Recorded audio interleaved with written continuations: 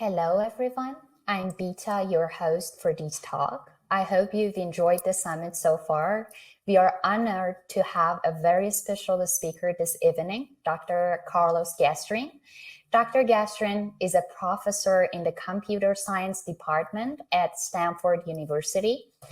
His previous positions include the professor of machine learning at the computer science and engineering department at the University of Washington, the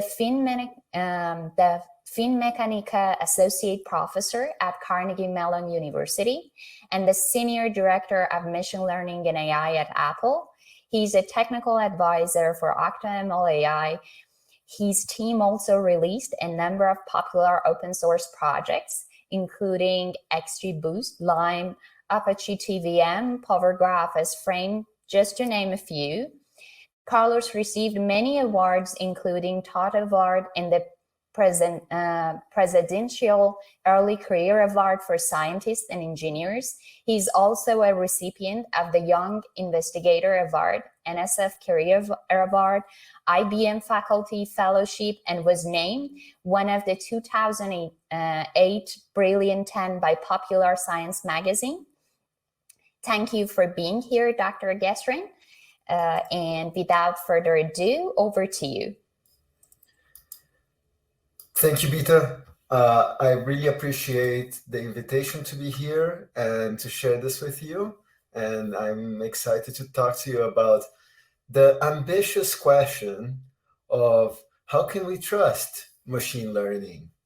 So as Beta said, I recently joined Stanford University, and as part of their recruiting process, they asked for my teaching evaluation over all my years at Carnegie Mellon and the University of Washington as a professor.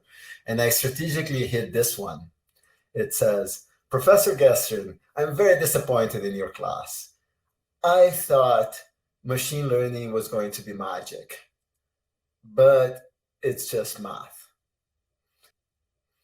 And I think about this as the myth of math in machine learning, as I heard in 2008, where we thought about, give me some data, some machine learning magic would turn it into profit, which at the time meant showing that my curve was better than your curve and writing a paper at the top conference about it.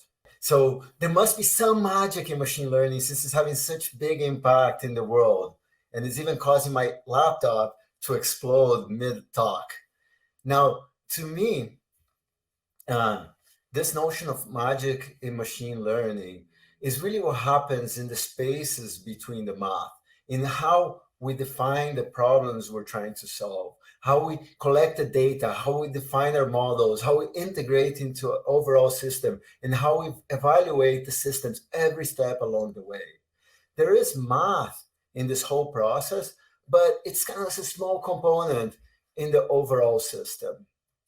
So every step of the way, this development is filled by complex human decisions. They're getting more and more difficult. So as machine learning is making more part of every part of our lives, and these machine learning systems are getting more and more complex, it's natural for us to ask the question, how can we trust machine learning? And to that, I step back and ask myself the question, more generally, how can we trust? And I'm inspired by work in medicine, where in the seminal paper, they analyze how folks trust their providers, their doctors.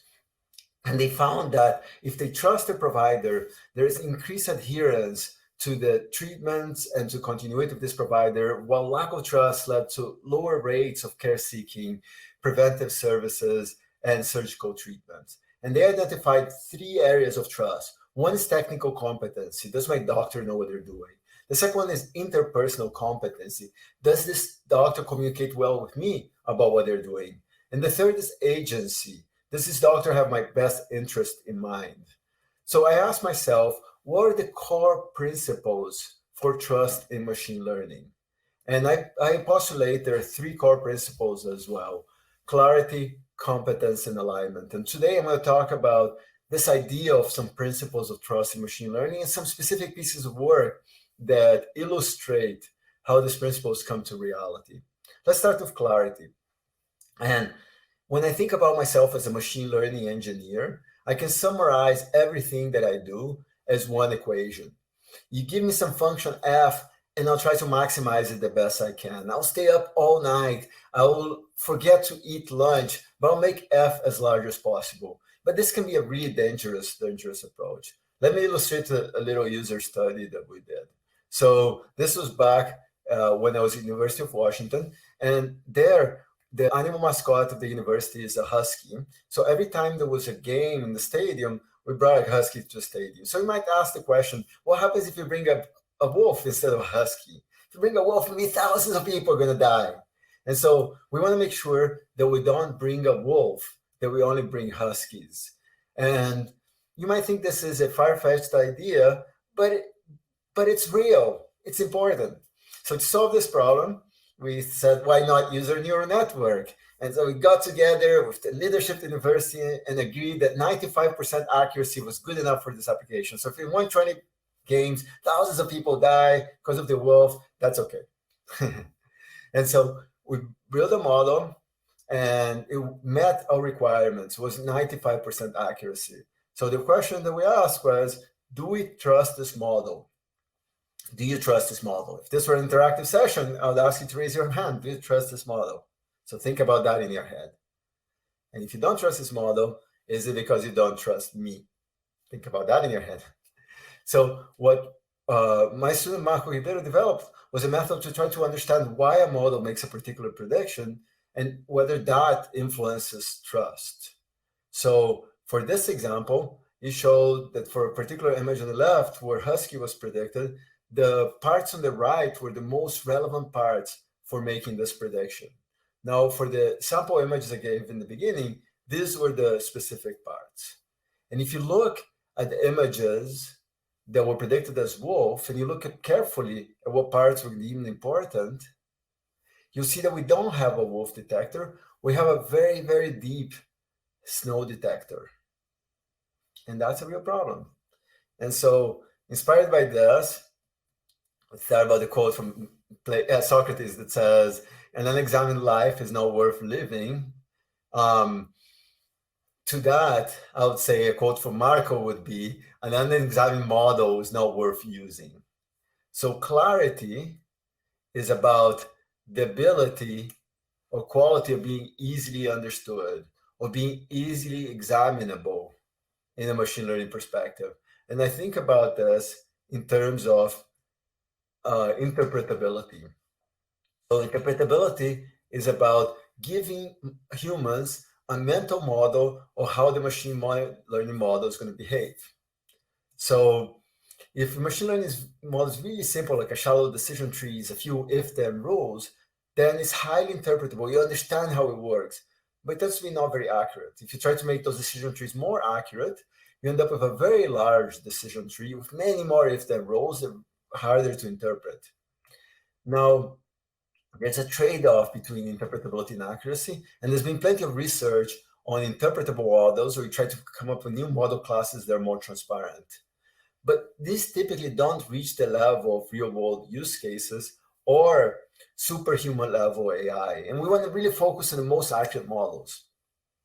So our goal was to increase the interpretability of the most accurate important machine learning models. And our first endeavor in this space was by saying, let's not look at the model's internal structure, but consider them a black box function.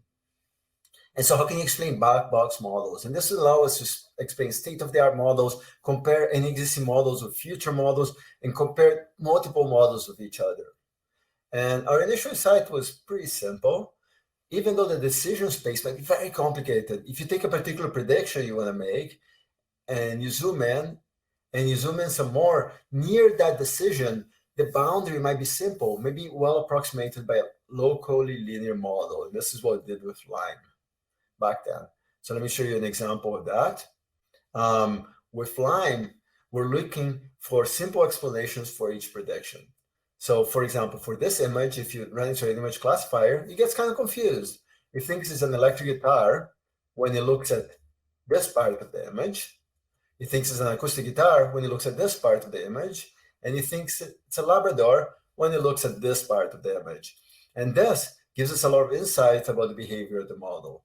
In the example of the user study that we did with wolves versus dogs, that's how we got into those parts of the images that were most relevant to the prediction.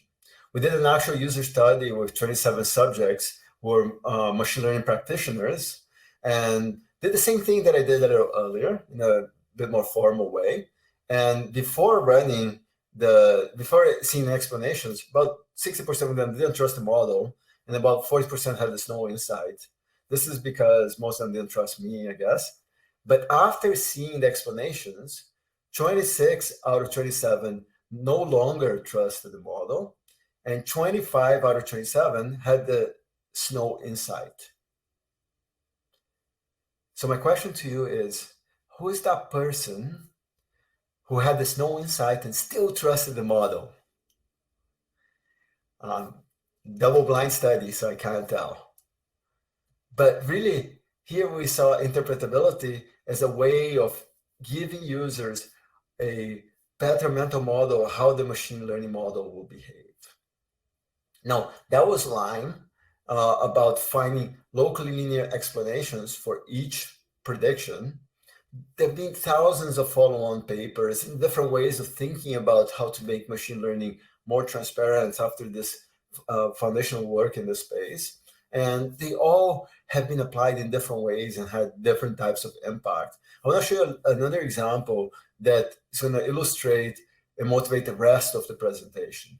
So this is an approach that we call anchors. While Lime was trying to find local decision boundaries, anchors is asking for sufficient conditions such that if you were to perturb the input around the prediction, it will still give the same answer. So for example, in this image, the model predicts Beagle, and if I just use those parts of the images on the right, I can do anything I want with the rest, it will still say it's Beagle, according to this model. So what do we learn from this? Take the task of visual question answering, which is an incredible task, pretty exciting. In this task, we're looking at an image like this and saying things like, what is the mustache made of? And the model says banana, which is amazing. Or how many bananas are in the picture? The model says 2, which is pretty incredible. But if you look at the anchors for the first question is what?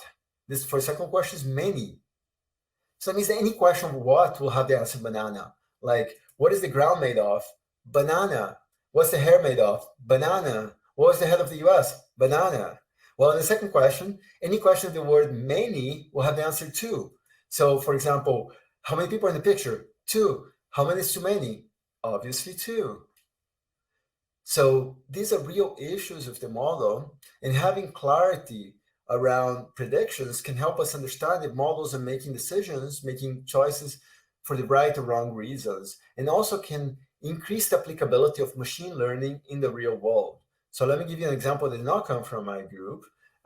This is work that showed that machine learning models can be used to prevent hypoxemia during surgery, and explanations are key, in addition to predictions, for doctors to intervene in the right way.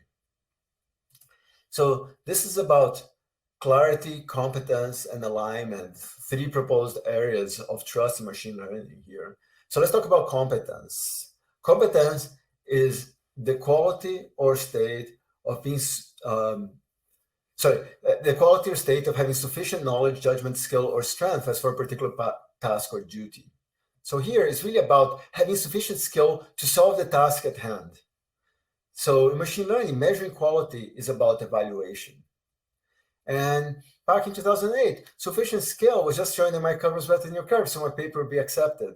But even this notion of a benchmark data set or a fixed test data set that can apply to a problem is naive in practice. I think we need to think about testing more holistically in machine learning and learn a lot from software engineering in terms of how you test, in terms of failure analysis and systematic testing of machine learning models. Let me show you a couple examples of that. So the first is about what I think about as adversarial bugs or finding bugs in models. One approach to doing that is perturbing the input in a way that will change the answer. Now, there's been previous work in this space when we did this work, for example, they show that if you give this image of a panda and you add this imperceptible noise, now the model changes the prediction and says it's a gibbon.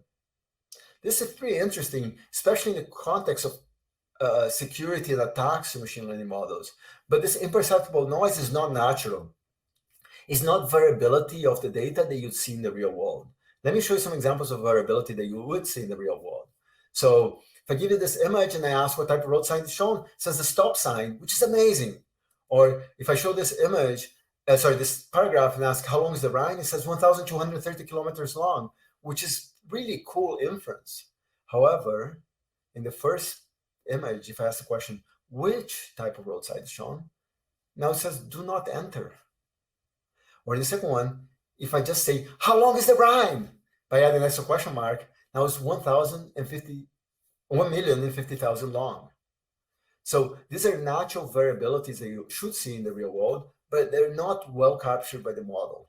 And the question is, how can we find the semantically equivalent adversarial examples? And the approach that we took was to look at paraphrasing models and then finding paraphrasings that were adversarial, that broke the model. So let me give you an example. So for this image, if you ask the question, what color is the tray? It says pink. Now, if you paraphrase that in many ways, and you now ask, what color is the tray for British accent? Then it's green. Or which color is the tray? Now it's green. So you're finding natural perturbations of the input that break the model. Now, this is really important to understand when models are working and not working. And they can be used, for example, as simple ways to augment the data and improve the performance of the overall system. So we took this approach and augmented the data in a very simple way and showed that through this approach, we could significantly increase the robustness of state-of-the-art models. So machine learning models are prone to bugs, and we have to find semantically meaningful issues, and these issues are not well defined in typical test sets. It's really hard to just take a test set and capture many of these issues that you might want, partially because of lack of coverage in the test set, but partly because test sets don't necessarily capture everything that we want the model to do. So for example, one of the things that we want the model to do is to be naturally consistent like humans are. For example, visual question and answering, if I take this image and ask how many jets are in the image, it says 6, which is pretty amazing. But if I ask the same model, are there 6 jets in the image? And it says no. And this is because test sets naturally don't capture notional consistency or inconsistency. Or maybe because we don't have enough coverage. So for example, in this example, 13% of the questions in the training set had numbers. So 30% of the answers in the question test set, training set had numbers in them, but only 0.3% of the questions had numbers in them. And it's hard to collect general data sets, and it's hard to really define how we want to evaluate in every aspect of a problem. So for this simple notion of consistency, we showed that you could take simple NLP-based transformations of data that help understand when models are working, not working. So for example, take the answer, which is a number, and put it into the question to improve the coverage of the training set. If you do that for a bunch of basic NLP tasks, what you find is that you can sustain the predictive quality of a model, but significantly improve its robustness and consistency. So the note here really is that thinking thoroughly about how we create and evaluate models is going to be indispensable in the real world. And even if you do that, it's hard to figure out when we're ready, when we're confident enough, when we trust the model enough to deploy it. And here again, I think we can learn a lot from how we test software and the methodologies and practices there. And recently we proposed a methodology as well as a tool that we call Checklist to help better evaluate machine learning models. Let me show you a simple example of that on a task we call sentimental classification. So giving an input like this, easily the best airline in Seattle. I guess I recently moved to the Bay Area, so I should say easily the best airline in San Francisco. You want to give it a sentiment classifier, it's going to say it's a positive, neutral, negative sentence. How do we evaluate a model like this? So our proposal is that you start with basic test units on areas that are important, like NLP transformations, like issues of vocabulary, named entities, negation, and so on. And for each of them, you formulate a set of test strategies along with test instances, and then you quantitatively evaluate your model according to different criteria that you care about. You get a checklist of that, some checks and crosses, and then finally use that as your report card to know if the model is working or not working, or continues to be working over time. Let me show you for sentiment analysis a few simple basic tests that you can create with a tool, and what the impact of those can be. So for example, first thing is what I think about is minimum functionality tests. This test better work. So for example, in sentiment analysis, a polarized sentence better be predicted as polarized. I despise that aircraft. Or in negation, the negative of a negative is either neutral or positive. This food is not bad. So what happens with this simple test? Despite being so simple, state-of-the-art models and public APIs make mistakes, failure this test at rates of up to 15%.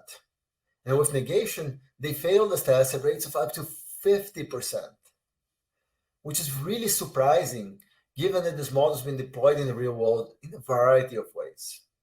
Here's another class of tests, metamorphic or perturbation tests. These are things like, if you take a sentence like, thank you that we got a different flight to Chicago, and you change the destination from Chicago to Dallas, that shouldn't change the sentiment. Yet, it does change the sentiment for up to 20% of test cases on real-world models. Or invariants like, if you have a negative sentence, you add another negative sentence to it, it should be even more negative, despite the fact that this test failed with state-of-the-art models at rates of up to 30%. So in other words, even basic functionality and test strategies they would hope would be viable for machine learning are failing in the real world. We created a tool that makes it easy to generate such tests and templates around this test, and evaluating user studies with practitioners that are building and deploying real-world systems on real-world applications. And we show that using the tool and using the methodology, you can create more tests, more cases per test, and detect more mission-critical bugs on really deployed systems much faster. So competence is that. It's really about figuring out whether the model that you build has the skills to solve the task that you want it to solve. So that's, to me, one of the three notions that are important, pillars that are important for trusting model: clarity, competence. The third one is alignment. Alignment is a state of agreement or cooperation amongst persons, groups, nations with a common cause or viewpoint. And the key here is the common cause or viewpoint. Back in 2008, it was simple. Common cause is getting a paper accepted. So all I have to do is showing our curve is better than your curve. But the world is not so simple in real applications. And this was illustrated really significantly by Netflix, where they showed that they originally had a co-op challenge called a Netflix challenge. Some of you might be familiar with it, where they give a lot of data about users. And the idea is, can you predict what a user will rate a movie? And the loss function there was minimizing the sum squared error of those predictions. Despite being a cool competition that gave Netflix a large share of voice in the machine learning community, it wasn't very applicable in practice, because the thing they really care about in practice was minimizing churn, minimize the probability that you are going to stop using Netflix next year. And that's really far from predicting your ratings. One thing that they reported found was things that were more related to minimizing churn is the probability that you binge watch something. So that you click on a movie and watch it to the end, or click on a series and watch the next one, and so on. And so that's a loss function that's easier to optimize and closer to the business metric at hand. And this is what I call the loss metric mismatch or gap. And to close the gap between the two, what a machine learning engineer works on and what a product cares about, you can imagine switching the loss function. For example, using the probability that you'll watch a movie to the end, or finding better approximations of the metric you care about. They're smoother, easier to optimize.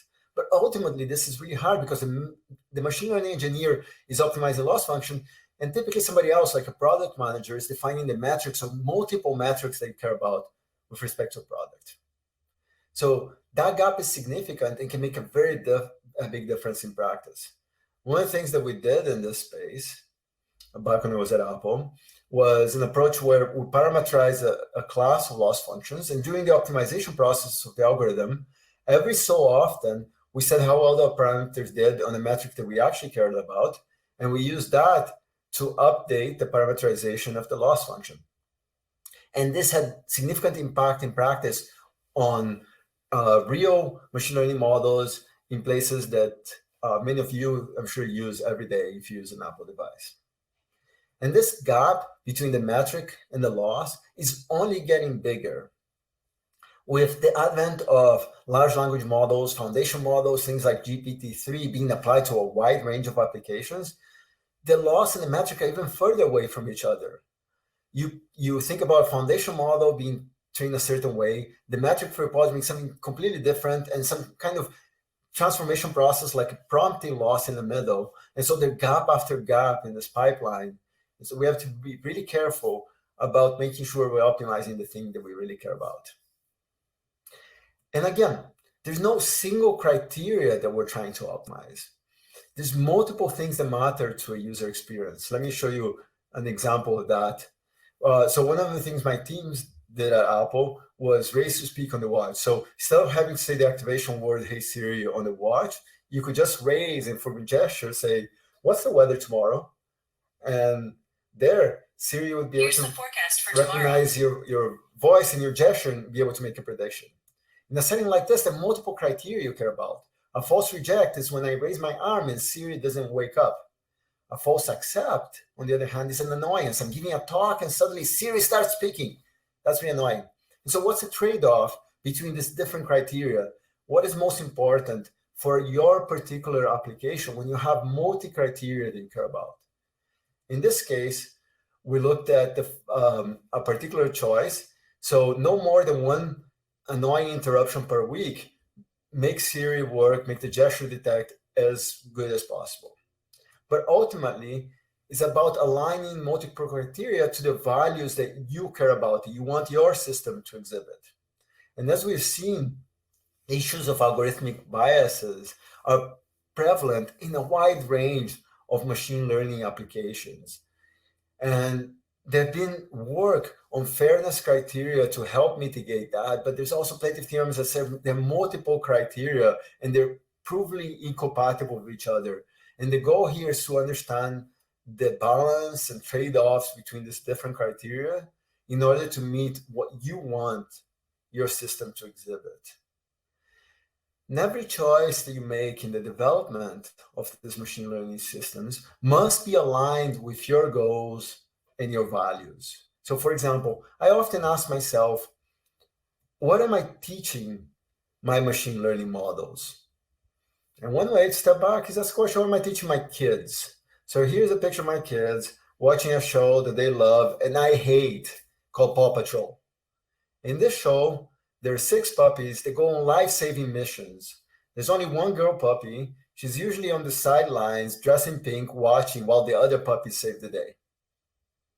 This is clearly not the example that I want to give my son or my daughter. And as we're experiencing more and more of the world through devices, through machine learning powered experiences, it's important for us to think through how we're going to perpetuate those biases. And every choice that we make in machine learning is important to think about. For example, the data defines the decisions of your machine learning model. This is not a new problem. This is a problem that's been around for a long time. So for example, Kodak in the 40s and 50s had labs around the world to develop film. And to calibrate the chemicals across these labs, they used these cards to calibrate the colors. And these were called Shirley cards. You see a bit of sexism there, because it was always a white or light-skinned colored woman in the cards for calibration. What this meant was this: for folks with lighter skin tones, the pictures look great, but they were overexposed for folks with darker skin tones. And this issue was very perceptible in pictures that involve both folks with lighter skin and darker skin.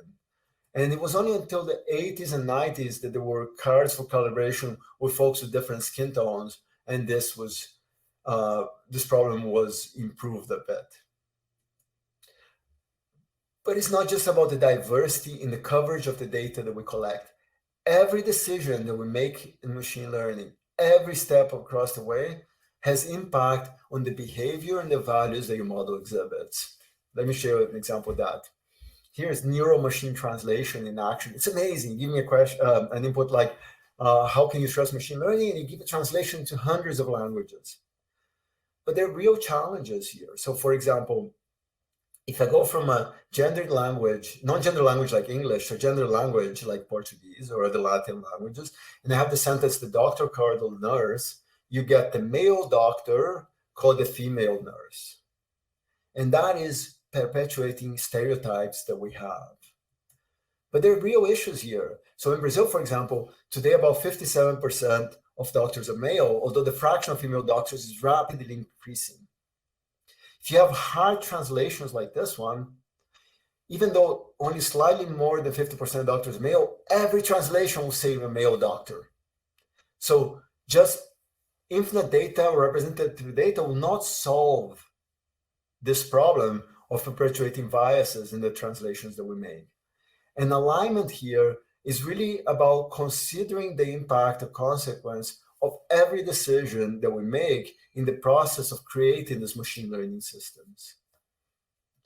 And I believe that with a focus on clarity, competence, and alignment, we can increase the trust and the impact of everything that we do in machine learning. Thank you very much. I really appreciate your time today. And I apologize for the technical difficulties that we started off. I actually had never seen a laptop spark, but I'm glad it all worked out. Thank you. Thank you, Dr. Guestrin, for the great talk. And now the floor is open for our audience to ask their questions. Please ask your questions in the chat section, and I will make sure to ask your questions and discuss it with Dr. Guestrin. So now let's take a couple of the questions. We have a question from Ali. He asked that, can you please share your thoughts on handling scenarios where line provides an explanation that is not stable, giving different explanations for the same instance if we run the explainer repeatedly? In those cases, is the better approach to try to optimize the local line hyperparameter or to use another explainer method like anchors? Thank you, Ali, for your very thoughtful question. And really, this is an issue not just with Lyme, but in general, multiple explanation methods. When we came up with Lyme, which was in some ways the first in this space, and there's been so many other papers, something that's shared that concerns me about our work and others is that we did not start from what is the decision-making process that we want explanation for backwards, and try to guide the explanations in order to make better decisions by humans. And I think some of the issues of instability that you're talking about would be really impactful for decision makers if one time that they open the system, it gives you one kind of explanation, the other time they see another kind of explanation. I think anchors can be more stable. There's some other methods can be more stable, but I think the way that I approach this today, and I tend to work on right now on applications in the healthcare domain, which is an area that I'm pretty passionate about. I try to think more about what decisions, for example, is a provider or a doctor making, and what kind of information is most relevant to that decision, and then think about how can we augment the predictions with the information that will help that decision maker. And so some of the issues that you're highlighting would be very, very disturbing in the medical domain, and it makes me think more about how to have more stability, more clarity in the methods that we develop. Thank you. And a follow-up question is that, what are your thoughts on trusting the explanation? Do we need standards for numeric metrics to evaluate the quality, trustworthiness of the explanation, like, for example, stability, fidelity, local fit? Ali, those are really good questions. And I'll take it again in multiple stages. So when we had our original paper on this topic, we worked with user studies, so with people who are doing specific tasks and try to evaluate how well they did those tasks using explanations. I think that this is the best way to evaluate explanation-based systems. Are they helping humans with specific tasks at hand? Of course, user studies take time and can be costly. And so I understand why some other approaches use surrogate metrics for evaluating maybe the development along the way. And I think those surrogate metrics are important and they're good. But to me, the best focus that we can do as a community is to systematize such user studies to compare methods in a kind of apples to apples way with human decision makers. So that's what I would focus the most. But I agree that some of the issues that you raise, like stability and fidelity, are going to be important as ways to measure that those user studies have the right kinds of outcomes. So thank you for the great questions, Ali. I'd be happy to talk to you offline at some point. Thank you. This would sum up our questions. And I just want to thank you again for your talk. I've just recently basically adopted your framework with testing the NLP and the checklist, and it is really helpful. So thank you again for your talk. And it was such an honor to host you today. Thank you.